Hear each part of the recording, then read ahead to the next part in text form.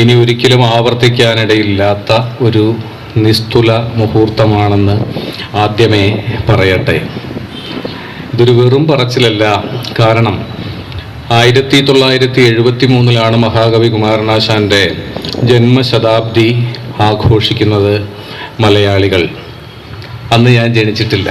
അതിന് തൊട്ടടുത്ത വർഷമാണ് ജനിച്ചത് എന്നതുകൊണ്ട് ആ ആശാൻ ജന്മശതാബ്ദി ആഘോഷങ്ങളിൽ ഭാഗഭാക്കാവാൻ കഴിയാതിരുന്ന ഒരു നിർഭാഗ്യവാൻ എന്ന ഖേദം എനിക്കുണ്ടായിരുന്നു.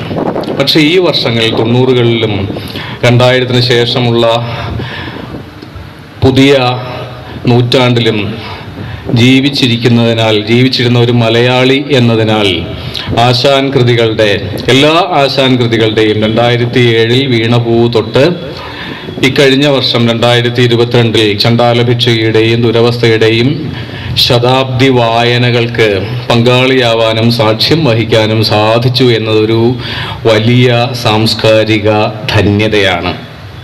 ഇനിയൊരു ശതാബ്ദി ആഘോഷത്തിൻ്റെ അവസരത്തിൽ ഞാനെന്നല്ല നമ്മൾ ആരും ഉണ്ടാവുകയും ഇല്ല.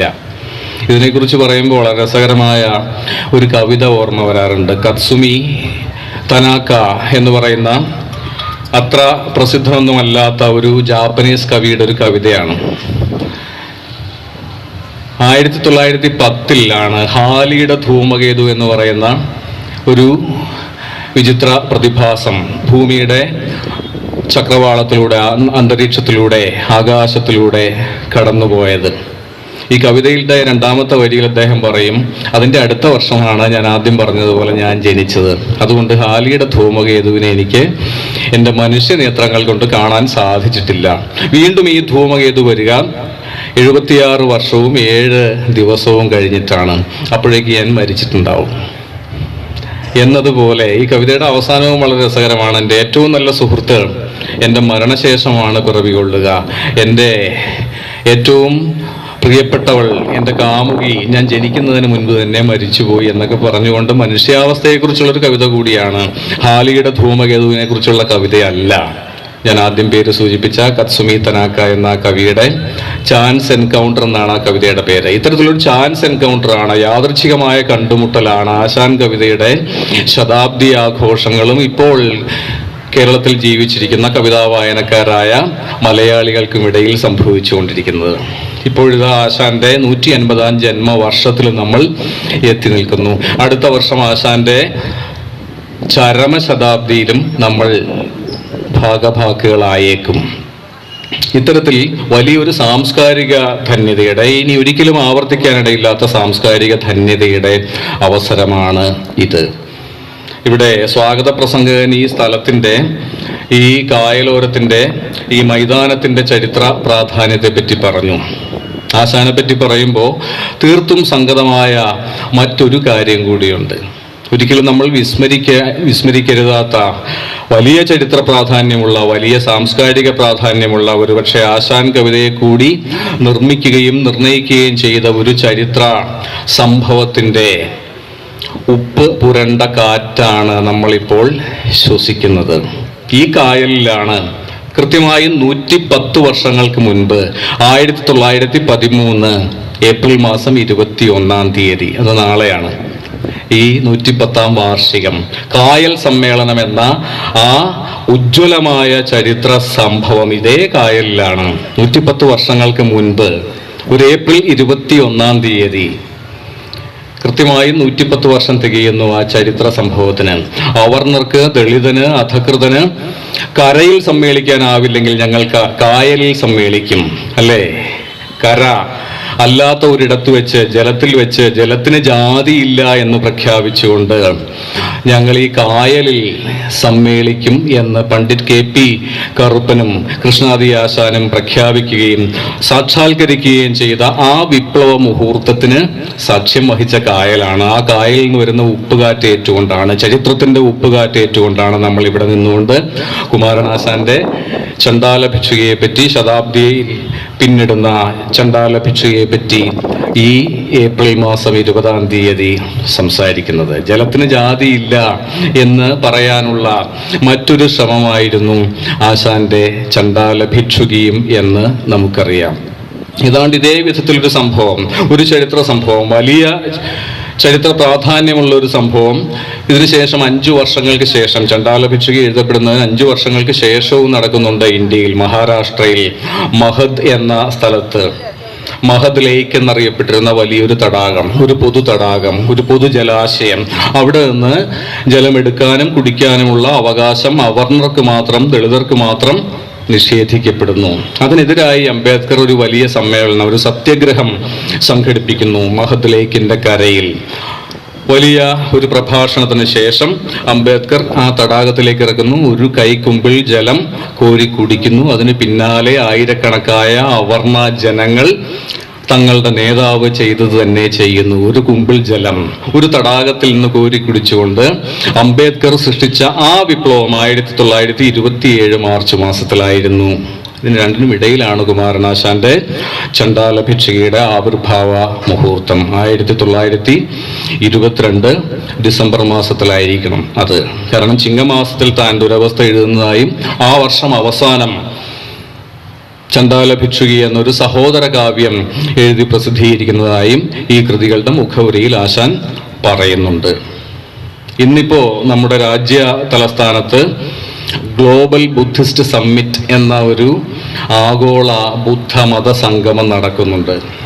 അവിടെ എന്തെല്ലാം ചർച്ച ചെയ്യപ്പെട്ടാലും, എന്തെല്ലാം പ്രബന്ധങ്ങൾ അവതരിപ്പിക്കപ്പെട്ടാലും അവയിലൊന്നുമില്ലാത്ത ബുദ്ധമതത്തിന്റെ ജാതി വിരുദ്ധത എന്ന ഇക്കാലവും പ്രസക്തമായ ആ മഹാസന്ദേശം മലയാളി വായിച്ചു തുടങ്ങിയിട്ട്, അനുഭവിച്ചു തുടങ്ങിയിട്ട്, അത് മലയാളിയുടെ അനുഭൂതികളുടെ ഭാഗമായി മാറിയിട്ട് ജലത്തിന്റെ രാഷ്ട്രീയം, ജലത്തിന്റെ ജാതി വിരുദ്ധ രാഷ്ട്രീയം മലയാളിയുടെ അനുഭൂതി ജീവിതത്തിന്റെ ഭാഗമായി മാറിക്കഴിഞ്ഞിട്ട് 100 വർഷമാകുന്നു എന്നു കൂടിയാണ് നമ്മൾ ചണ്ഡാല ഭിക്ഷുകിയുടെ ശതാബ്ദി പിന്നിടുന്നു എന്ന് പറയുന്നതിൻ്റെ അർത്ഥം. നമ്മുടെ വിഷയം സ്ഥലവും ജലവും ചണ്ഡാല ഭിക്ഷുകിയിൽ എന്നാണ്. ചണ്ഡാല ഭിക്ഷുകിയിലെ 2 കേന്ദ്ര പ്രമേയങ്ങളാണ്, 2 കേന്ദ്ര അനുഭവങ്ങളാണ് സ്ഥലവും ജലവും. അപ്പോ വേണമെങ്കിൽ ചോദിക്കാം, മറ്റ് ആശാൻ കൃതികളിലൊന്നും സ്ഥലം പ്രധാനമല്ലേ? ആണ്, തീർച്ചയായും ആണ്. ലീലയിൽ ആണ്. നല്ല ഹൈമവത ഭൂവിൽ എന്നാരംഭിക്കുന്ന നളിനിയിൽ സ്ഥലം പ്രധാനമാണ്. ചിന്താവിഷ്ടയായ സീതയിൽ, ഉടജാന്തവാടിയിൽ ആരംഭിച്ച് അയോധ്യയോളം നീളുന്ന ഒരു വിചാര പരിക്രമണം പ്രമേയമാകുന്ന ചിന്താവിഷ്ടയായ സീതയിലും സ്ഥലം സന്നിഹിതമാണ്. പക്ഷെ ചണ്ഡാല ഭിക്ഷുകിയിലേക്ക് വരുമ്പോൾ 4 ഖണ്ഡങ്ങളായി തിരിയുന്ന ചണ്ഡാല ഭിക്ഷുകിയുടെ ഓരോ ഖണ്ഡത്തിനും ഒരു സ്ഥല പശ്ചാത്തലമുണ്ട്.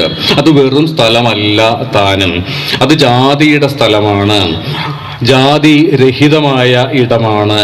ജാതിയുടെ വേനൽ ഗ്രസിച്ച ഒരു സ്ഥലത്ത് നിന്ന് ജാതിബാധ ഏൽക്കാത്ത ഒരു ബുദ്ധമത സങ്കേതത്തിലേക്ക് ആശാനെ തന്നെ ഉദ്ധരിക്കുകയാണെങ്കിൽ, വിദിത സമസ്നേഹ രാജ്യലക്ഷ്മി സദനമിത് ആർക്കും തറവാടല്ലോ എന്ന വിധത്തിൽ സമത്വവും സാഹോദര്യവും ജാതിയുടെ നിശേഷമായ അഭാവത്താലുള്ള ശാന്തിയും സാഹോദര്യവും പുലരുന്ന ഒരിടത്തിലേക്കുള്ള എത്തിച്ചേരലിന്റെ കാവ്യമാണ്. സ്ഥലത്തിലൂടെയുള്ള ഒരു സഞ്ചാരത്തിന്റെ, ഒരു സാംസ്കാരിക സഞ്ചാരത്തിന്റെ, ഒരു ആത്മീയ യാത്രയുടെ, ഒരു പ്രണയ സഞ്ചാരത്തിന്റെ കഥയാണ് ചണ്ഡാല ഭിക്ഷുകി. നമ്മൾ ഇതുപോലുള്ള വേനൽ പകലുകളിലാണ് ചണ്ഡാല ഭിക്ഷുകി പോലൊരു കൃതി ചർച്ച ചെയ്യേണ്ടത്, വായിക്കേണ്ടത്. കാരണം വേനലിന്റെ അതിഗംഭീരമായ പശ്ചാത്തലമുണ്ട് ചണ്ഡാല ഭിക്ഷുകിയുടെ ആദ്യ ഖണ്ഡത്തിന്. വേനലാണല്ലോ ജലത്തെ അത്രമേൽ അമൂല്യമാക്കുകയും ദാഹമെന്നത് ഏറ്റവും തീവ്രമായ ഒരു മനുഷ്യാനുഭവമാക്കി മാറ്റുകയും ചെയ്യുക.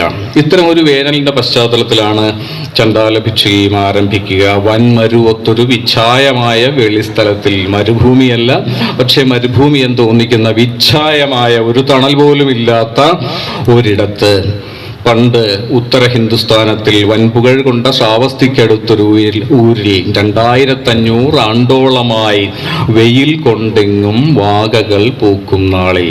ഇപ്പോൾ നമ്മൾ കേരളത്തിൽ അനുഭവിക്കുന്ന അത്യുഷ്ണത്തിൻ്റെ ഈ വേനലിനെ രൂപകാർത്ഥമുള്ള വലിയ അധികാർത്ഥങ്ങളുള്ള ഒരു സ്ഥലചിത്രമാക്കി മാറ്റുകയാണ് ആശാൻ. കാരണം അത് ജാതിയുടെ വേനൽ ആകുന്നു. ആ വൻമരുകൊത്ത വിച്ഛായമായ വെള്ളിസ്ഥലത്തിൻ്റെ നടുവിൽ ആശാൻ ഒരു പേരാൽ നമ്മെ കാണിച്ചു തരും. അതിൽ ഘോരാതപം ഭയന്നൊട്ടേറെ പക്ഷികൾ സ്വൈരം ശരണമണഞ്ഞിരുന്നു എന്ന മട്ടിൽ ആ ബുദ്ധവൃക്ഷത്തെ, അല്ലെ, പേരാൾ എന്ന് പറയുന്ന ഒരു ബുദ്ധവൃക്ഷമാണ്, ആ ബുദ്ധവൃക്ഷത്തെ ശരണമണഞ്ഞിരുന്ന പക്ഷികളെ കാണിച്ചു തരും. ചൂടാൽ തൊണ്ട വരണ്ട് പാടാൻ മറന്നിരിക്കുന്ന ആ പക്ഷികളെ കാണിച്ചു തരും. എന്തിന്, ദാഹിച്ചു വലഞ്ഞ് ഇര തേടാൻ പോലും മറന്നിരിക്കുന്ന ആ പക്ഷികളെ കാണിച്ചു തരും. അവിടേക്കൊരു ബുദ്ധ ഭിക്ഷു ഒറ്റ ചിറകയിലും ദേവത പോലെ കടന്നു വരുന്നത് കാണിച്ചു തരും. അവിടെയെല്ലാം വലിയ ശ്രദ്ധ ആവശ്യപ്പെടുന്ന ഒരു കൃതിയാണ്. ഭാഷയിൽ ശ്രദ്ധിച്ചുകൊണ്ടുള്ള, കാവ്യഭാഷയിൽ പൂർണ്ണ ശ്രദ്ധയും അർപ്പിച്ചുകൊണ്ടുള്ള വായന ആവശ്യപ്പെടുന്ന ഒരു കൃതിയാണ് ചണ്ഡാല ഭിക്ഷുകി. ഈ വരവിനെ വർണ്ണിക്കുമ്പോൾ ആശാൻ പറയുന്നുണ്ട്, കിഴക്ക് നിന്ന് പെരുവഴി വിട്ട് ഒരു ഊരുപാതയിലൂടെയാണ് ആനന്ദ ഭിക്ഷു വന്നത് എന്ന്. പെരുവഴിയിലൂടെ അല്ല, പൊതുവഴി വിട്ട്, പെരുവഴി വിട്ട് ഒരു ഊരുപാത, ഊടുപാതയുമല്ല, ഊരുപാത. ആ ഊര് അധകൃതരുടെ ഊരാണ്. എല്ലാവർക്കും സഞ്ചാര സ്വാതന്ത്ര്യമില്ലാത്ത പെരുവഴി വിട്ട്, പൊതുവഴി വിട്ട്, ജാതിയുടെ ഇടത്തിലേക്ക്, അവർണരുടെ ഇടത്തിലേക്ക്, ഒരു ഊരിലേക്ക്, ഊരുപാതയിലൂടെ അതാ ഒരു ഭിക്ഷു ഒറ്റ ചിറകയിലും ദേവതയെ പോലെ കടന്നു വരുന്നു. ഇങ്ങനെ ജാതിയുടെ വേനൽ ബാധിച്ച, അങ്ങനെ തരിശായി തീർന്ന, അങ്ങനെ പാടാൻ മറന്ന പക്ഷികളും ഇര തേടാൻ മറന്ന പക്ഷികളും ശരണമണഞ്ഞിരിക്കുന്ന ഒറ്റ പേരാൽ മരം മാത്രം ഉള്ള, അതിനെ ഒറ്റ മരക്കാട് എന്നാണ് ആശാൻ വിശേഷിപ്പിക്കുക. ഒറ്റ മരമേ ഉള്ളൂ എങ്കിലും അതൊരു കാടായിരുന്നു, അതൊരു ഒറ്റ മരക്കാടായിരുന്നു എന്ന്. ഇങ്ങനെ ജാതിയുടെ തരിശിന് നടുവിൽ ബുദ്ധൻ എങ്ങനെ, ബുദ്ധന്റെ ആശയങ്ങളും ആദർശങ്ങളും എങ്ങനെ ഒരു തണലായി, ഒരു ബൃഹത്തായ ഒരു തണലായി, ഭൂരിശാഖാഗ്രത്താൽ വിണ്ണും മേടിൻ ചാർത്താൽ പാരും നിറഞ്ഞു നിൽക്കുന്ന ഒരു മഹാവൃക്ഷമായി എങ്ങനെ ബുദ്ധ സാന്നിധ്യം ജാതിയുടെ തരിശിന് നടുവിൽ മാറുന്നു എന്ന് കാണിച്ചു തന്നുകൊണ്ടാണ് ആശാൻ ചണ്ഡാല ഭിക്ഷുകിയുടെ ആദ്യ ഖണ്ഡം കുറിക്കുക. ഇവിടെ ഞാൻ ഈ വിവരണം തന്നപ്പോൾ നിങ്ങൾ വിചാരിക്കുന്നുണ്ടാവും, ഒരുപക്ഷെ ഒരു കഥാപ്രസംഗകൻ ചണ്ഡാല ഭിക്ഷുകിയെ അവതരിപ്പിച്ചിരുന്നെങ്കിൽ ഇങ്ങനെയാണ്, ഏകദേശം ഇങ്ങനെയാണ്. ഞാൻ കഥാപ്രസംഗകനല്ല.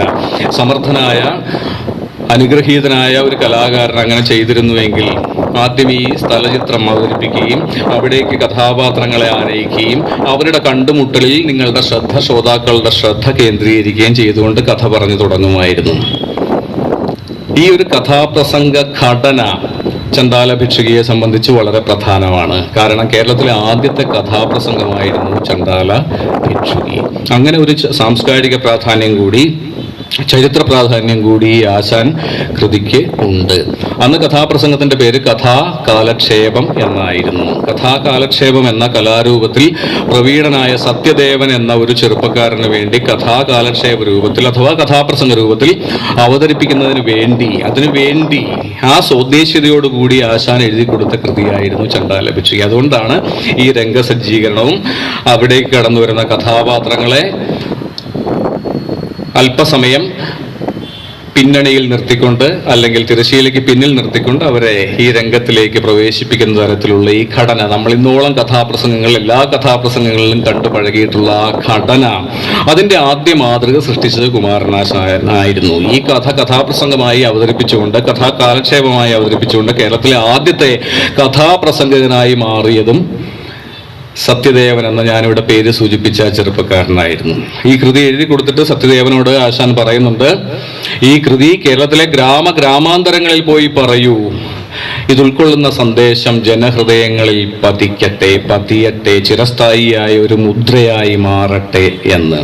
ഇങ്ങനെ വലിയ സോദ്ദേശ്യതയോടുകൂടി ജാതി വിരുദ്ധതയുടെ സന്ദേശം കഥാപ്രസംഗ രൂപത്തിൽ കൂടി ജനങ്ങളിലേക്ക് എത്തിക്കുന്നതിന് വേണ്ടി ഇതൊരു ജനകീയ കാവ്യമായി തീരണം, ജനങ്ങൾ ഇഷ്ടപ്പെടുകയും ഹൃദിസ്ഥമാക്കുകയും പാടി നടക്കുകയും ചെയ്യുന്ന ഒരു കാവ്യമായി തീരണമെന്ന വലിയ സാംസ്കാരിക ലക്ഷ്യത്തോടു കൂടി എഴുതപ്പെട്ട ഒരു കൃതി കൂടിയാണ് ചണ്ഡാല ഭിക്ഷുകി. ഒരുപക്ഷെ ആശാൻ കൃതികളുടെ കൂട്ടത്തിൽ ഏറ്റവും ജനകീയമെന്ന് പറയാവുന്നത് ചണ്ഡാല ഭിക്ഷുകിയായിരിക്കും.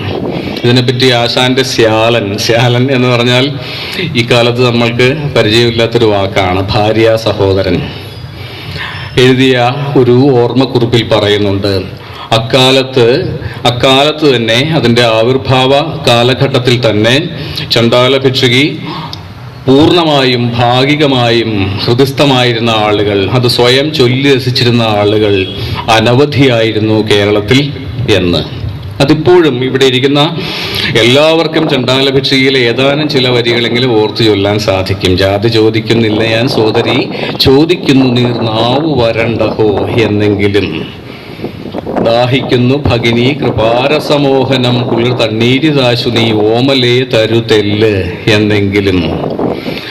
ഓർമ്മയിൽ നിന്ന് ഉദ്ധരിക്കാനാവുന്നവരാണ്, അങ്ങനെ ആകുന്നവൻ്റെയും ആകുന്നവളുടെയും പേരാണ് മലയാളി എന്നത്. ഈ 100 വർഷക്കാലത്തിനിടയിൽ അതിന് വലിയ വ്യത്യാസമൊന്നും വന്നിട്ടില്ല. ഈ കഴിഞ്ഞ ദിവസമാണ് എൻ്റെ ഒരു സുഹൃത്ത് പറയുന്നത്, ഓർമ്മ നഷ്ടപ്പെട്ട അദ്ദേഹത്തിൻ്റെ ഒരു മുത്തശ്ശി, ധാരാളം കവിതകൾ ഹൃദയസ്ഥമായിരുന്ന ഒരു മുത്തശ്ശി, ഒന്ന് ചൊല്ലി തുടങ്ങിയാൽ ചണ്ഡാല ഭിക്ഷയിലെ വരികൾ ഇങ്ങനെ അനർഗളമായി ഇപ്പോഴും ചൊല്ലും. മറ്റൊരു കാര്യവും അവർക്ക് ഓർമ്മയില്ല. പക്ഷെ ചണ്ഡാല ഭിക്ഷയിലെ വരികൾ ആ സ്മൃതിനാശം സംഭവിച്ച മുത്തശ്ശിക്ക് ഇപ്പോഴും നല്ലപോലെ ഓർക്കാനും ഓർത്തു ചൊല്ലാനും സാധിക്കും.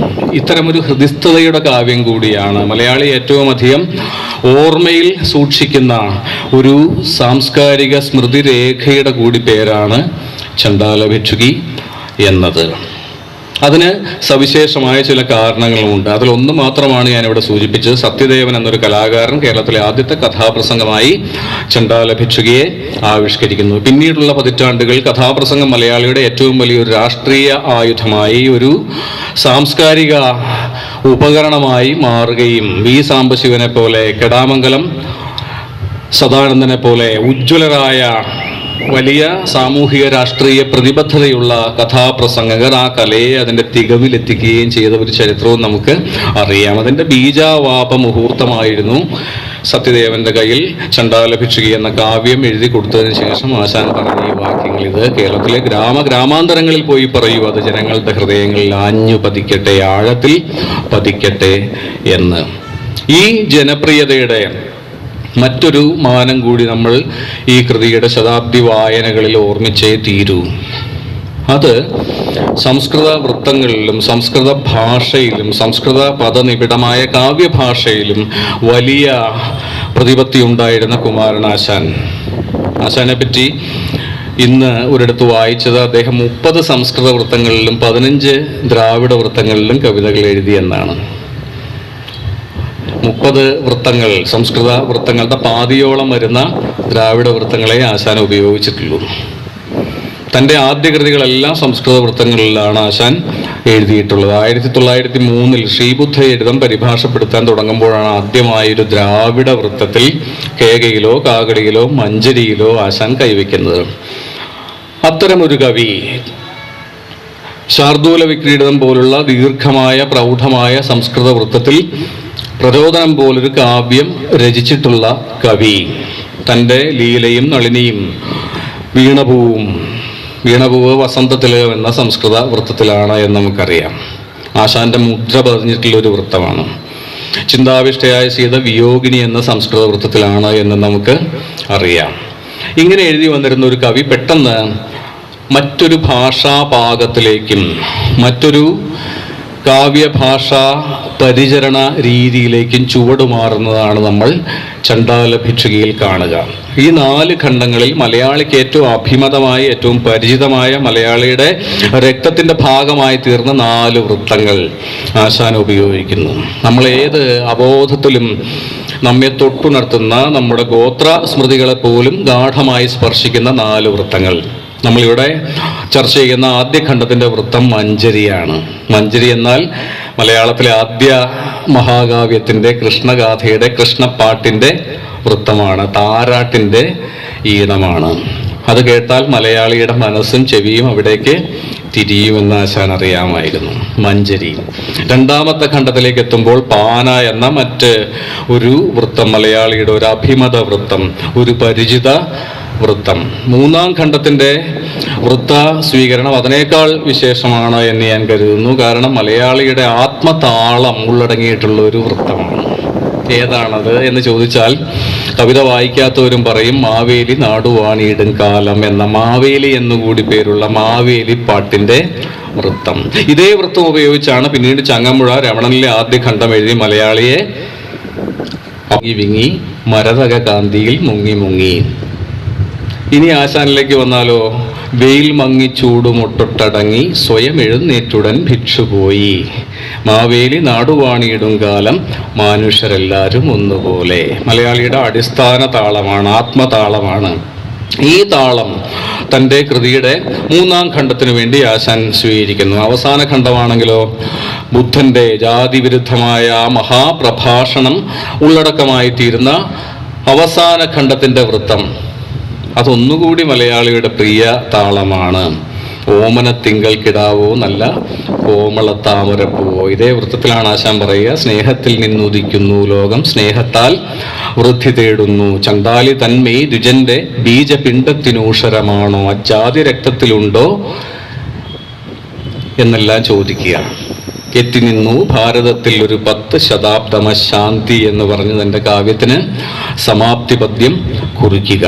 ഇങ്ങനെ മലയാളിയുടെ സാംസ്കാരിക സ്മൃതിബോധത്തെ അഗാധമായി സ്പർശിച്ചുണർത്തുന്ന ഒരു വൃത്തതാള ഘടന അവലംബിച്ചു ആശാൻ ചണ്ടാല ഭിക്ഷുകിയിൽ എന്നത് വളരെ പ്രധാനമാണ്. ഇക്കാര്യം പി കെ ബാലകൃഷ്ണനെ പോലുള്ള നിരൂപകർ വളരെ സൂക്ഷ്മമായി തിരിച്ചറിയുകയും രേഖപ്പെടുത്തുകയും ചെയ്തിട്ടുണ്ട്. മറ്റൊന്ന്, ഇതേ വർഷം എഴുതപ്പെട്ട ചിങ്ങമാസത്തിൽ എഴുതപ്പെട്ട ആ കൃതിയുണ്ടല്ലോ ദുരവസ്ഥ.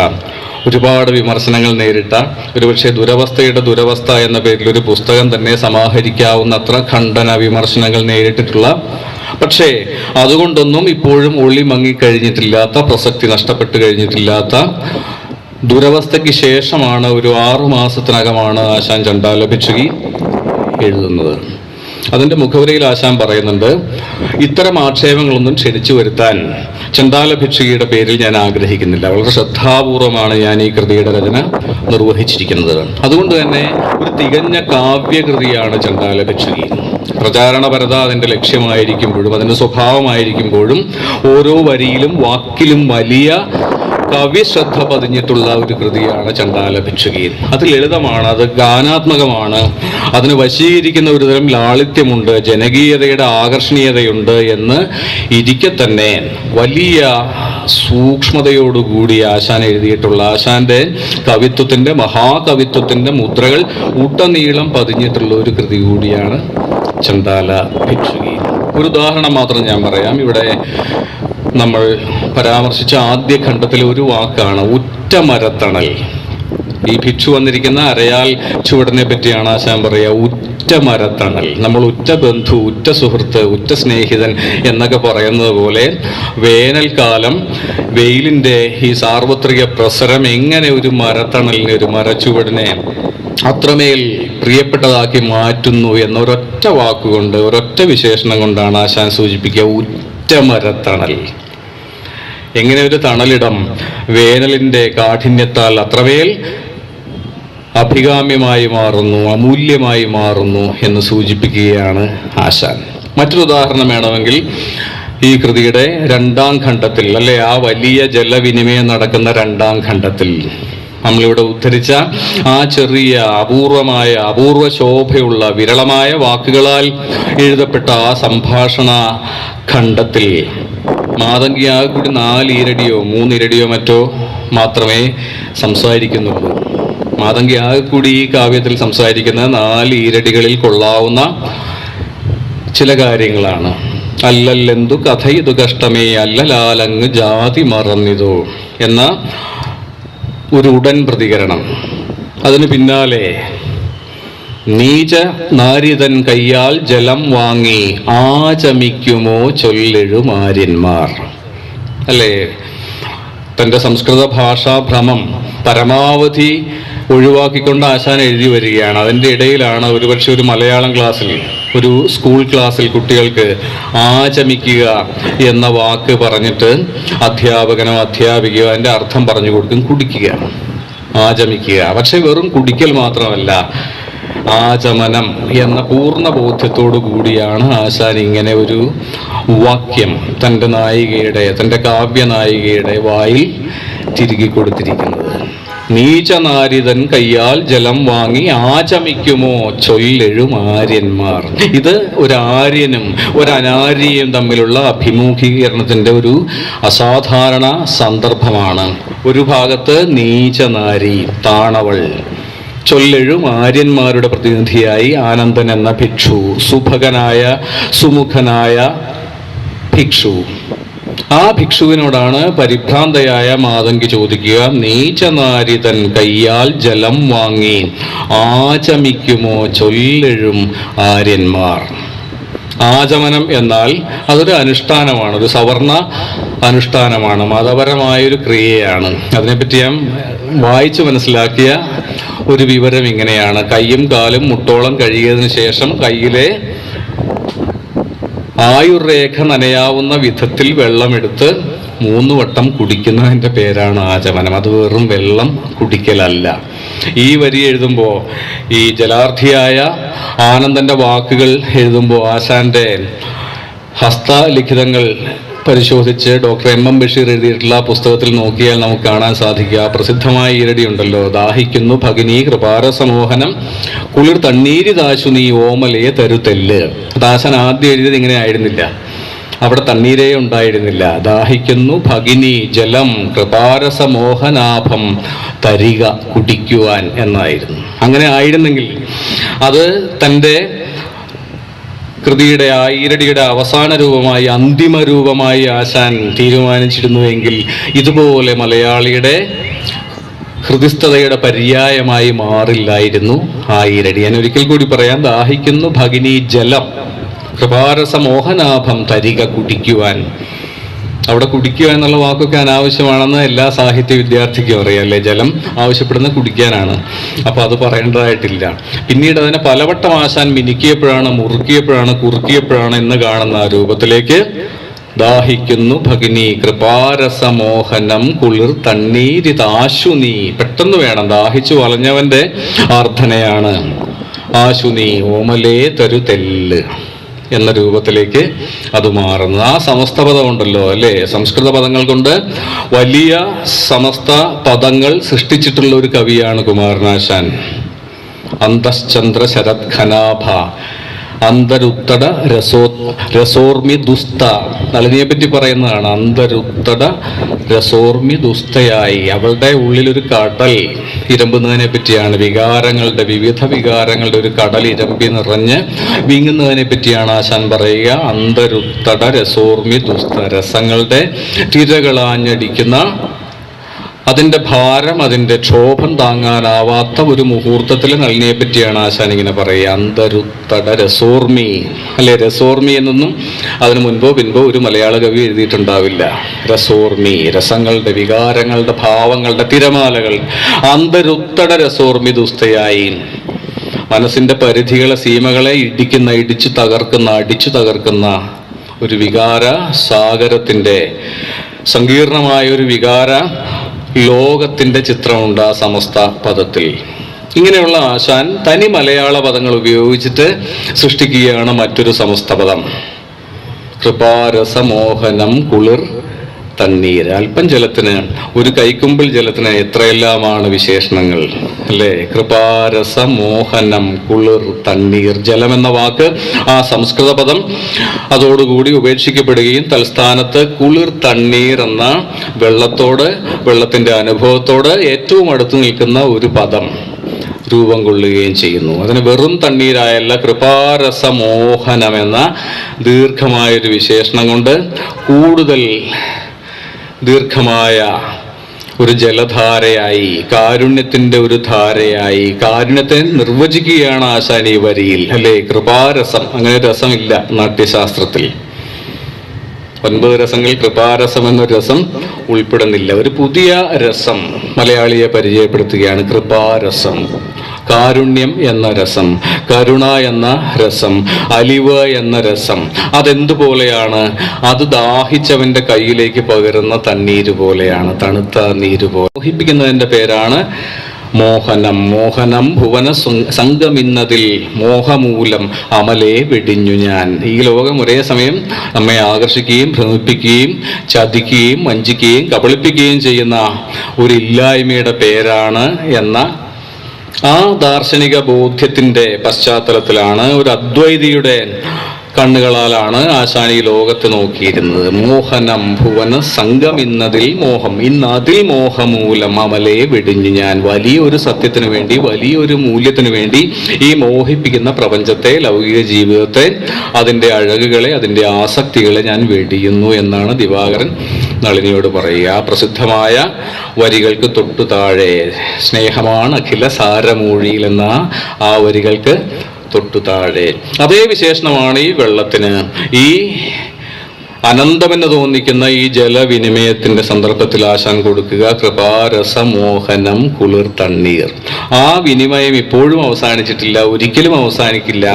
അത് വറ്റാത്ത കാവ്യാനുഭവത്തിന്റെ, കാവ്യാനുഭൂതിയുടെ ഒരു പകരലായി തുടരുന്നു എന്നതിൻ്റെ സാക്ഷ്യമാണ് നമ്മൾ ഇതുപോലെ ഒരു നൂറ്റാണ്ടിന് ശേഷം ഇവിടെ കൂടിയിരുന്ന് ഈ ആശാൻ കൃതിയെ ചർച്ച ചെയ്യുന്നു എന്നത്. മലയാള കവിതയിലെ ഏറ്റവും നിസ്തുലമായ ഒരു ഒറ്റ നിമിഷത്തെ, ഒരു ദൃശ്യത്തെ, ഒരു സന്ദർഭത്തെ ചൂണ്ടിക്കാട്ടാമെങ്കിൽ അത് ഈ മുഹൂർത്തമാണ്. മാതങ്കി ആനന്ദന് കുടിനീർ പകർന്നു കൊടുക്കുന്ന ആ അനശ്വര മുഹൂർത്തം, ആ ചരിത്ര മുഹൂർത്തം, വലിയ അർത്ഥഘനമുള്ള ആ സാംസ്കാരിക മുഹൂർത്തം.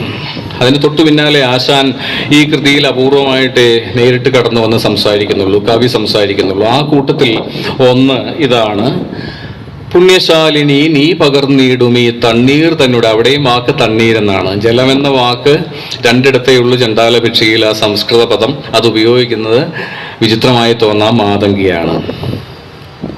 ആനന്ദൻ അല്ല, പണ്ഡിതനായ ആനന്ദൻ അല്ല. ഈ അവിരുദാചാരയായ മതംഗ കന്യയാണ് ജലമെന്ന വാക്ക് അവളുടെ ആ വിരളമായ സംഭാഷണത്തിൽ 2 വട്ടം ഉപയോഗിക്കുന്നത്. പുണ്യശാലിനി നീ പകർന്നിടും ഈ തണ്ണീർ തന്നുടെ ഓരോ തുള്ളിയും അന്തമറ്റ സുഹൃതഹാരങ്ങൾ നിന്നന്തരാത്മാവിൽ അർപ്പിക്കുന്നുണ്ടാവാം. വലിയ ഭാവഘനമുള്ള ഒരു ഈരടിയാണ് ഒരാൾ അങ്ങോട്ട് കൊടുക്കുന്നത്.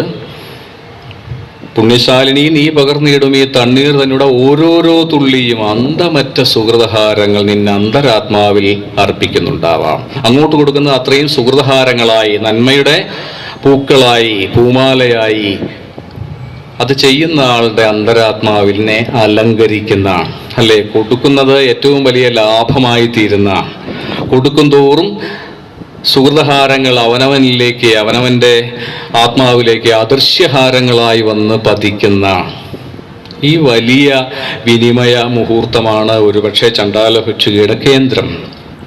നാരായണ ഗുരു പറയും, പ്രിയമപരന്റെ അതൻ പ്രിയം സ്വകീയ പ്രിയം അവരപ്രിയം ഇപ്രകാരമാകും. ക്രിയ അതിനാലെ നരന്നു നന്മ നൽകും, നയമതിനാലെ നരന്നു നന്മ നൽകും, ക്രിയയെ അപരപ്രിയ ഹേതുവായി വരയണം. ഇങ്ങനെ അപരപ്രിയത്തിനായി ചെയ്യുന്ന ഒന്നിൻ്റെ പേരാണ് കൃപ. അത് കൊടുക്കുന്നതിൻ്റെ പേരാണ്.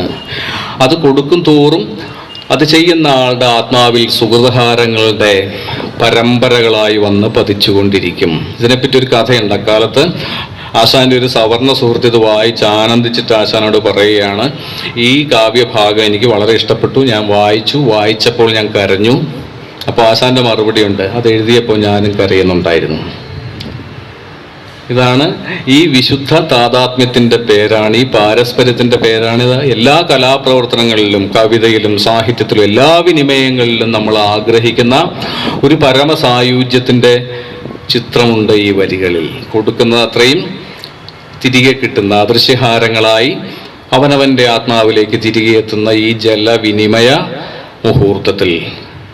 അപ്പോൾ ഈ സുഹൃത്ത്, ഞാൻ ആദ്യം പേര് ഓർമ്മയില്ല, ആശാന്റെ സമകാലികനായിരുന്ന സുഹൃത്ത്, സവർണ സുഹൃത്ത് പറയുന്നു, ഇന്നു മുതൽ ആശാൻ വെറും കുമാരനാശാൻ എന്നല്ല, സുഹൃതഹാരം കുമാരനാശാൻ എന്നറിയപ്പെടും. അപ്പോൾ ആശാൻ കളിമട്ടിൽ ഇങ്ങനെ തല കുനിച്ചിട്ട് കഴുത്ത് കാണിച്ചിട്ട് പറഞ്ഞു, ഇവിടെ അർപ്പിച്ചോളൂ, ഈ കഴുത്തിൽ അർപ്പിച്ചോളൂ ആ സുഹൃതഹാരങ്ങൾ. എല്ലാ കവിയും ആഗ്രഹിക്കുന്ന ഇതാണ്, എല്ലാ എഴുത്തുകാരനും എല്ലാ എഴുത്തുകാരിയും ആഗ്രഹിക്കുന്ന ഇതാണ്, ഇത്തരം സുഹൃതഹാരങ്ങളാണ്. അത്തരം സുഹൃതഹാരങ്ങൾ ഈ 100 വർഷത്തിന് ശേഷം പരമ്പരയായി അനവധിയായി നിരവധിയായി ആശാൻ കവിതയുടെ കഴുത്തിൽ അർപ്പിക്കപ്പെടുന്നു എന്നതാണ് ഇത്തരം ശതാബ്ദി വായനകളുടെ ഏറ്റവും വലിയ സാഫല്യം. ആശാന്റെ ഏറ്റവും വലിയ വായനക്കാരൻ ആരായിരുന്നു? അത് മുണ്ടശ്ശേരി മാഷാണോ സുകുമാർ അഴീക്കോടാണോ എന്നിങ്ങനെ ഞാൻ പലപ്പോഴും ആലോചിച്ചിട്ടുണ്ട്. പക്ഷെ ഈ ഒരൊറ്റ കൃതിയുടെ കാര്യത്തിൽ, ചണ്ടാല ഭിക്ഷുകിയുടെ കാര്യത്തിൽ, ഇവരാരുമല്ല ആശാന്റെ ഏറ്റവും വലിയ വായനക്കാരനായി തീർന്നത് എന്നതിൻ്റെ ഒരു രേഖ നമ്മുടെ മുന്നിലുണ്ട്. ഞാൻ ആദ്യം സൂചിപ്പിച്ച 1973 ആശാൻ ജന്മശതാബ്ദി ആഘോഷങ്ങളുടെ ഭാഗമായി തോന്നക്കൽ ആശാൻ സ്മാരകം പ്രസിദ്ധീകരിച്ച ഓർമ്മകളിലെ ആശാനെന്നോ ആശാൻ ഓർമ്മകളെന്നോ പേരുള്ള ഒരു പുസ്തകമുണ്ട്. ആ പുസ്തകത്തിൽ ആശാന്റെ സുഹൃത്തുക്കളും പരിചിതരായിരുന്ന ആളുകളും എല്ലാം ആശാനെ പറ്റി വ്യക്തിപരമായ ഓർമ്മകൾ പങ്കുവയ്ക്കുന്നുണ്ട്. ഉദാഹരണമായി ആശാൻ ഒരിക്കൽ ഒരു രാത്രിയിൽ, ഒരു മഴക്കാല രാത്രിയിൽ തമ്പാനൂരാവണം തീവണ്ടി ഇറങ്ങി ഒരു കുതിരവണ്ടിയിൽ താമസിക്കുന്ന സ്ഥലത്തേക്ക് പോകുമ്പോൾ കുതിരവണ്ടിക്കാരൻ ആശാന്റെ നളിനിയിലെ ശ്ലോകങ്ങൾ ഇങ്ങനെ ഉറക്കെ ചൊല്ലാൻ തുടങ്ങിയതും ആശാൻ അത് കേട്ട് എനിക്ക് കിട്ടിയിട്ടുള്ള ഏറ്റവും വലിയ അംഗീകാരം അതായിരുന്നു എന്ന് മറ്റുള്ളവരോട്, സുഹൃത്തുക്കളോട് പറയുന്ന വിധത്തിൽ ആഹ്ലാദിക്കുകയും ചെയ്ത ഒരു അനുഭവത്തെ പറ്റി പറയുന്നുണ്ട്. ചണ്ടാല ഭിക്ഷുകി എഴുതി കഴിഞ്ഞ ഉടനെ ഒരു സുഹൃത്തിനെ ഒരു രാത്രി മുഴുവൻ വീട്ടിൽ താമസിപ്പിച്ച് 2 മണി വരെ ചണ്ടാല ഭിക്ഷുകി ചൊല്ലിക്കൊടുത്ത, അയാൾ ഉറക്കം തൂങ്ങാൻ തുടങ്ങിയിട്ടും ഈ കവിത ഇങ്ങനെ ചൊല്ലിക്കൊണ്ടിരുന്ന ആശാനെ പറ്റി മറ്റൊരാളും എഴുതുന്നുണ്ട്. ഇതൊന്നുമല്ല ഞാൻ പറഞ്ഞു വരുന്ന ആ അനന്യനായ വായനക്കാരൻ. അയാളുടെ പേര്, അയാൾ നിരൂപകനല്ല, പണ്ഡിതനല്ല, ഒരുപക്ഷെ വലിയ വിദ്യാസമ്പന്നനൊന്നുമല്ല, 4ാം ക്ലാസ് വരെ മാത്രം പഠിപ്പുണ്ടായിരുന്ന ഒരാളാണ്. അയാളുടെ പേര് ആദിച്ചൻ രാമൻ എന്നാണ്. ഒരുപക്ഷെ ചണ്ടാല ഭിക്ഷുകിയെക്കുറിച്ച് പറയുമ്പോൾ നമ്മൾ മറക്കരുതാത്ത ഒരു പേര് കൂടിയാണ് അത്. ആരായിരുന്നു ആദിച്ചൻ രാമൻ? ജോസഫ് മുണ്ടശ്ശേരി എന്ന് പറയുന്ന പോലെയല്ല, സുകുമാർ അഴീക്കോട് എന്ന് പറയുന്ന പോലെയല്ല, അക്കാലത്തെ മൂർക്കോത്ത് കുമാരൻ എന്ന് പറയുന്നത് പോലെയും അല്ല, CV കുഞ്ഞിരാമൻ എന്ന് പറയുന്നത് പോലെയും അല്ല. കുമാരനാശാന്റെ വീട്ടിലെ കാലി നോട്ടക്കാരനായിരുന്നു ആദിച്ചൻ രാമൻ. ഈ ആദിച്ചൻ രാമൻ ഈ പുസ്തകത്തിൽ എഴുതുന്ന കുറിപ്പ് ഒരു 1/2 പേജോളം മാത്രം വരുന്ന ഒരു കുറിപ്പാണ്. ആ കുറിപ്പിൽ ഇദ്ദേഹം പറയും, ഞാൻ ആശാനെ വിളിച്ചിരുന്നത്, എനിക്ക് 12 വയസ്സായിരുന്നു അക്കാലത്ത് പ്രായം, 4ാം ക്ലാസ് വരെ പഠിച്ചിരുന്നു. അവിടെ വെച്ച് അമ്മ എന്നെ കൂടുതൽ പഠിപ്പിച്ചു. ആ അമ്മ ഒരുപക്ഷെ ഭാനുമതി അമ്മയായിരിക്കാം, ആശാന്റെ ഭാര്യയായിരിക്കാം. ഞാൻ ആശാനെ തമ്പുരാൻ എന്നാണ് വിളിച്ചിരുന്നത്. അപ്പോഴൊക്കെ ആശാൻ പറയും, അങ്ങനെ വിളിക്കരുത്, എന്നെ ആശാൻ എന്നേ വിളിക്കാവൂ, കാരണം തമ്പുരാൻ ഒന്നേയുള്ളൂ, അതവിടെയാണ് എന്ന് മഹാകവി എന്നോട് പറയുമായിരുന്നു. ഇത് പറഞ്ഞിട്ട് അക്കാലത്താണ് ആശാൻ ചണ്ടാല ഭിക്ഷുകി എഴുതിയത്. വളരെ വിരളമായ, വളരെ വിലപിടിച്ച ചില വാക്യങ്ങളാണ്. അക്കാലത്താണ് ആശാൻ ചണ്ടാല ഭിക്ഷുകി എഴുതിയത്. അതാണ് എനിക്കിഷ്ടപ്പെട്ട കവിത എന്ന് പറഞ്ഞാൽ, എനിക്കിഷ്ടപ്പെട്ട ഒരേ ഒരു കവിത, ഞാൻ വായിച്ചിട്ടുള്ള, അനുഭവിച്ചിട്ടുള്ള, ആസ്വദിച്ചിട്ടുള്ള എൻ്റെ കവിത, എൻ്റെ ഒരേ ഒരു കവിത, അത് ഞങ്ങളെ പറ്റിയാണ്. ഈ കുറിപ്പ് അവസാനിക്കുകയാണ്, അത് ഞങ്ങളെ പറ്റിയാണ്, ഞാൻ ഒരു പറയനാണ്. ഇങ്ങനെ പറഞ്ഞിട്ടാണ് ആദിച്ചൻ രാമൻ ആ കുറിപ്പ് അവസാനിപ്പിക്കുക. ഏതാനും വാക്യങ്ങൾ മാത്രമുള്ള ആശാന്റെ ഏറ്റവും വലിയ വായനക്കാരൻ. ആശാൻ ആരെയാണോ തൻ്റെ വായനക്കാരനായി ആഗ്രഹിച്ചത് അതിനൊത്ത വായനക്കാരൻ ആദിച്ചൻ രാമൻ എന്ന വലിയ വിദ്യാഭ്യാസമൊന്നുമില്ലാത്ത, കൂട്ടി വായിക്കാൻ മാത്രം അറിയുന്ന ഒരു കാലിമേയ്പ്പുകാരൻ, ഒരു കാലിനോട്ടക്കാരൻ, ഒരു വീട്ടുവേലക്കാരൻ അത് തൻ്റെ കവിതയായി തിരിച്ചറിയുന്നു. തൻ്റെ മാത്രമല്ല, താൻ ഉൾപ്പെടുന്ന അധകൃത സമൂഹത്തിൻ്റെ അത്രയും കവിതയായി, ശബ്ദമായി തിരിച്ചറിയുന്നു. ആ അർത്ഥത്തിൽ മുണ്ടശ്ശേരി മാഷിൻ്റെ ആശാൻ നിരൂപണമല്ല, ഒരുപക്ഷെ ആദിച്ചൻ രാമൻ്റെ ഈ അഭിപ്രായമാണ്, ഈ ആത്മനാദമാണ് ചണ്ടാല ഭിക്ഷുകി എഴുതിയ കവിക്ക് കിട്ടാവുന്ന ഏറ്റവും വലിയ സുഹൃതഹാരം. ചണ്ടാല ഭിക്ഷുകി 100 വർഷങ്ങൾക്ക് മുൻപ് എഴുതപ്പെട്ട്, വായിക്കപ്പെട്ട്, ചർച്ച ചെയ്യപ്പെട്ട് അവസാനിച്ച ഒരു കൃതിയല്ല. അതിന് പല മാറ്റൊലികൾ ഉണ്ടായി മലയാള കവിതയിൽ. 1979 സച്ചിദാനന്ദൻ ബോധവതി എന്ന പേരിൽ ഒരു കൃതി, ഒരു കവിത എഴുതുന്നുണ്ട്. ആശാന്റെ ചണ്ടാല ഭിക്ഷുകിയും ഇതേ വിഷയം കൈകാര്യം ചെയ്യുന്ന 1937 38 പ്രസിദ്ധീകരിക്കപ്പെട്ട ടാഗോറിന്റെ ചണ്ഡാലിക എന്ന നാടകത്തെയും ചേർത്തു വച്ചുകൊണ്ട് ഒരു പുതിയ മുക്തിബോധത്തിന്, ഒരു കീഴാള മുക്തിബോധത്തിന് രൂപം കൊടുക്കുന്ന ഒരു കവിതയായിരുന്നു. ഈ ചണ്ഡാലിക്ക്, ഈ മാതങ്കിക്ക് പുതിയൊരു കവി, ഒരു പിൽക്കാല കവി കൊടുക്കുന്ന വിശേഷണമാണ് ബോധവതി. മറ്റൊരു പേരാണ്. ടാഗോറിന്റെ നാടകത്തിൽ മാതങ്കി പ്രകൃതി എന്ന പേരുകാരിയായിരുന്നു. സച്ചിദാനന്ദന്റെ കവിതയിൽ അതേ കഥാപാത്രം, ആ മരണമില്ലാത്ത കഥാപാത്രം ബോധവതിയായി മാറുന്നു. ഈ കവിതയിൽ വളരെ പ്രസക്തമെന്ന് ഞാൻ വിചാരിക്കുന്ന 2 വരികളുണ്ട്. ചണ്ടാല ബോധി തളിർത്താർത്തുണരട്ടെ പന്തിർ കുലമൊന്നു വീണ്ടും. ഒരുപക്ഷെ ആഹ്വാനമായി തോന്നാം, മുദ്രാവാക്യ സ്വഭാവം ഉണ്ടെന്ന് തോന്നാം. അത്തരം വരികൾ ചണ്ടാല ഭിക്ഷയിലും ഉണ്ടായിരുന്നല്ലോ. അതിന്റെ എല്ലാവരും പിൽക്കാലത്തെ മാറ്റുലി എന്നതുപോലെ സച്ചിദാനന്ദൻ തന്റെ ബോധവതിയെ കൊണ്ട് പറയിപ്പിക്കുന്നു. ചണ്ടാല ബോധി തളിർത്താർത്തുണരട്ടെ പന്തിർ കുലമൊന്നു വീണ്ടും. അല്ലേ, മലയാളിയുടെ ഏറ്റവും വലിയ ജാതിരഹിത അല്ലെങ്കിൽ ജാതിയുടെ വൈരുദ്ധ്യങ്ങളെല്ലാം സമന്വയിക്കുന്ന വലിയൊരു ഐതിഹ്യ കഥയാണല്ലോ പന്തർകുലത്തെ കുറിച്ചുള്ളത്. ചണ്ടാലബോധി തളിർത്താർത്തുണരട്ടെ പന്തർകുലമൊന്ന് വീണ്ടും. ഇതേ കവിതയിൽ ടാഗോറിന്റെ തർജ്ജമയാണ്. ഇത്തിരി വെള്ളം എന്നാൽ എന്ത്, അതിനാഴം എത്രയെന്നാരു പറയും, 7 കടലും അതിലേക്കൊഴുകിയൻ ജാതി അതിലാണ്ടുപോയി. ടാഗോറിന്റെ ചണ്ഡാലിക നാടകത്തിലെ കേന്ദ്ര വാക്യമാണ് ഇത്തിരി വെള്ളം എന്നാൽ എന്ത്, അതിനാഴം എത്രയെന്നാരു പറയും, 7 കടലും അതിലേക്കൊഴുകി എൻ ജാതി അതിലാണ്ടുപോയി. ഒരേ കഥയാണ് ടാഗോറും കുമാരനാശാനും കൈകാര്യം ചെയ്യുന്നത്. പക്ഷെ ടാഗോർ ഈ നാടകം എഴുതുന്ന കുമാരനാശാന്റെ മരണശേഷം ചണ്ഡാല ഭിക്ഷുകിയുടെ ആവിർഭാവത്തിനും ഏതാണ്ട് 1.5 പതിറ്റാണ്ടിന് ശേഷം 1937 ഇങ്ങനെ ആശാനും ടാഗോറും തമ്മിൽ വലിയ ഒരു സൂക്ഷ്മ വിനിമയം നടന്നിട്ടുണ്ട്. ആശാന്റെ കരുണയുടെ അതേ പ്രമേയം അഭിസാർ എന്ന പേരിൽ, അഭിസരണം എന്ന പേരിൽ ജിയുടെ വിവർത്തനവും ഉണ്ട് ആ കവിതയ്ക്ക്.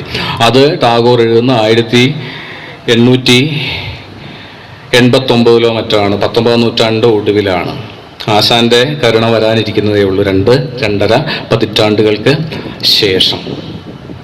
ഇങ്ങനെ സച്ചിദാനന്ദന്റെ ബോധവതി എന്ന കവിത, ഇതിനേക്കാളെല്ലാം ചണ്ഡാല ഭിക്ഷുകി മലയാള കവിതയിൽ സൃഷ്ടിച്ച ഒരു മഹാപ്രതികരണം എന്ന് പറയുന്ന ഒരു കവിതയുണ്ട്. അതത്ര പ്രസിദ്ധമല്ല, തീരെ പ്രസിദ്ധമല്ല, അപ്രസിദ്ധമാണ് ആ കവിത. പക്ഷേ ചണ്ഡാല ഭിക്ഷുകി ചർച്ച ചെയ്യുന്ന സന്ദർഭങ്ങളിലെല്ലാം നമ്മൾ ഓർമ്മിക്കേണ്ട ഒരു കവിത കൂടിയാണത്. ആശാന്റെ സമകാലികനായിരുന്ന മിതവാദി സി കൃഷ്ണൻ എന്ന പത്രാധിപരുടെ, സാമൂഹ്യ പ്രവർത്തകന്റെ, സമുദായോദ്ധാരകന്റെ മകളുടെ മകനായ ഒരു കവി ഇപ്പോഴും കേരളത്തിലല്ല, കേരളത്തിന് പുറത്ത് മലയാള കവിയായി ജീവിച്ചിരിപ്പുണ്ട്. കെ എ ജയശീലൻ എന്നാണ് ആ കവിയുടെ പേര്. അദ്ദേഹത്തിൻ്റെ പേര് നെറ്റിയിൽ എന്നൊരു കവിതയുണ്ട്. അത്തരത്തിൽ ഒരു കവിതയേ ഉള്ളൂ ആ കവിയുടേതായി. അല്ലാത്തപ്പോഴെല്ലാം ജീവൻ എന്ന പ്രതിഭാസത്തെക്കുറിച്ച്, അതിൻ്റെ സൂക്ഷ്മ സങ്കീർണതകളെക്കുറിച്ച് വലിയ ദാർശനികമായ ആഴമുള്ള കവിതകൾ എഴുതി വരുന്ന ഈ കവി ഇത്തരത്തിൽ സാമൂഹിക പ്രസക്തിയുള്ള ഒരൊറ്റ കവിത എഴുതിയിട്ടുള്ളൂ, പേര് നെറ്റിയിൽ. കവിത ഇങ്ങനെയാണ് തുടങ്ങുക: പേര് നെറ്റിയിൽ ഒട്ടിക്കുന്നൊരു നാടുണ്ട്, ജാതി നെറ്റിയിൽ കാട്ടി നടക്കുന്നൊരു നാടുണ്ട്, കുരിശും കുറിയും തൊപ്പിയുമിട്ട് വിശ്വാസങ്ങൾ വിളിച്ചു കാട്ടി നടക്കുന്നൊരു നാടുണ്ട്. നമ്മുടെ നാടിനെ പറ്റിയാണ്, വേറൊരു നാടിനെ പറ്റിയും പറയാൻ പറ്റാത്ത വിധത്തിൽ പേര് നെറ്റിയിൽ ഒട്ടിക്കുന്നൊരു നാടുണ്ട്, ജാതി കാട്ടി നടക്കുന്നൊരു നാടുണ്ട്, കുരിശും കുറിയും തൊപ്പിയുമിട്ട് വിശ്വാസങ്ങളെ വിളിച്ചു കാട്ടി നടക്കുന്നൊരു നാടുണ്ട്. കേരളത്തിന് കൊടുക്കാവുന്ന ഏറ്റവും നല്ല വിശേഷണമാണ്, വിവരണമാണ്. ഏറ്റവും ചുരുങ്ങിയ വാക്കുകൾ നമ്മുടെ നാടിനെ, നമ്മുടെ സംസ്കാരത്തെ, മലയാളിയുടെ ജീവിതത്തെ വിവരിക്കണമെങ്കിൽ ഈ വരികൾ മതിയാകും. 3 ചെറിയ ഖണ്ഡങ്ങളിലൊരു കവിതയാണ്. ഇതിൻ്റെ 2ാമത്തെ ഖണ്ഡം കുറച്ചുകൂടി രൂക്ഷമാണ്, നിശിതമാണ്. ആ ഖണ്ഡത്തിൽ, വളരെ ചെറിയ ആ ഖണ്ഡത്തിൽ ജയശീലൻ എന്ന കവി എഴുതുന്നു: വിശ്വാസം വെള്ളിക്ക് കാട്ടി നടക്കുന്നത് ശിശ്നം വെള്ളിക്ക് കാട്ടി നടക്കുന്നത് പോലെയാണെന്ന് ആരോ പറഞ്ഞിട്ടുണ്ട്. നിങ്ങൾക്ക് ശിശ്നമുണ്ടെന്ന് എനിക്കറിയാം, പക്ഷേ എനിക്കത് കാണണ്ട. നിങ്ങളുടെ ജാതി മുദ്ര എനിക്ക് കാണണ്ട. അതങ്ങേയറ്റ അധമമാണ്, അശ്ലീലമാണ്, ജുഗുപ്സാവഹമാണ്. വിശ്വാസം വെളിക്ക് കാട്ടി നടക്കുന്നത് ശിശ്നം വെളിക്ക് കാട്ടി നടക്കുന്നത് പോലെയാണെന്ന് ആരോ പറഞ്ഞിട്ടുണ്ട്. നിങ്ങൾക്ക് ശിശ്നമുണ്ട് എന്ന് എനിക്കറിയാം, പക്ഷേ എനിക്കത് കാണണ്ട. ഇതിനുശേഷം 3ാം ഖണ്ഡത്തിലേക്ക്, കവിതയുടെ അവസാന ഖണ്ഡത്തിലേക്ക് വരുന്നു.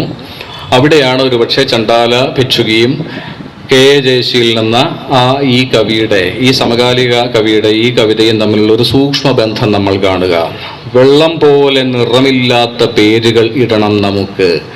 കാറ്റുപോലെ തരംതിരിവുകാരന് പിരിച്ചെടുക്കാനാവാത്ത പേരുകൾ ഇടണം നമുക്ക്. ഈ നെറ്റിയിലൊട്ടിച്ച പേരുകൾക്ക് പകരം, ജാതി പേരുകൾക്ക് പകരം, ജാതി മുദ്രകൾക്ക് പകരം വെള്ളം പോലെ നിറമില്ലാത്ത പേരുകൾ ഇടണം നമുക്ക്. കാറ്റുപോലെ തരംതിരിവുകാരന് പിരിച്ചെടുക്കാനാവാത്ത പേരുകൾ ഇടണം നമുക്ക് എന്ന് പറഞ്ഞുകൊണ്ടാണ് ഈ കവിത അവസാനിക്കുക. ഒരുപക്ഷെ ചണ്ഡാലഭിക്ഷയിലെ ജല സാന്നിധ്യത്തെ കൂടി ഗാഠമായി, സൂക്ഷ്മമായി, പരോക്ഷമായി ഓർമ്മിപ്പിച്ചുകൊണ്ട് മറ്റൊരു കവിതയെക്കുറിച്ച് കൂടി പറയണം. ഈ അന്തരിച്ച ടി.പി. രാജീവൻ എന്ന കവിയുടെ കാക്ക എന്നൊരു കവിതയുണ്ട് അല്ലെ. ഒരു കുട്ടി കവിതയാണ് നമ്മൾ ഈ തലക്കെട്ടിന് താഴെ പ്രതീക്ഷിക്കുക.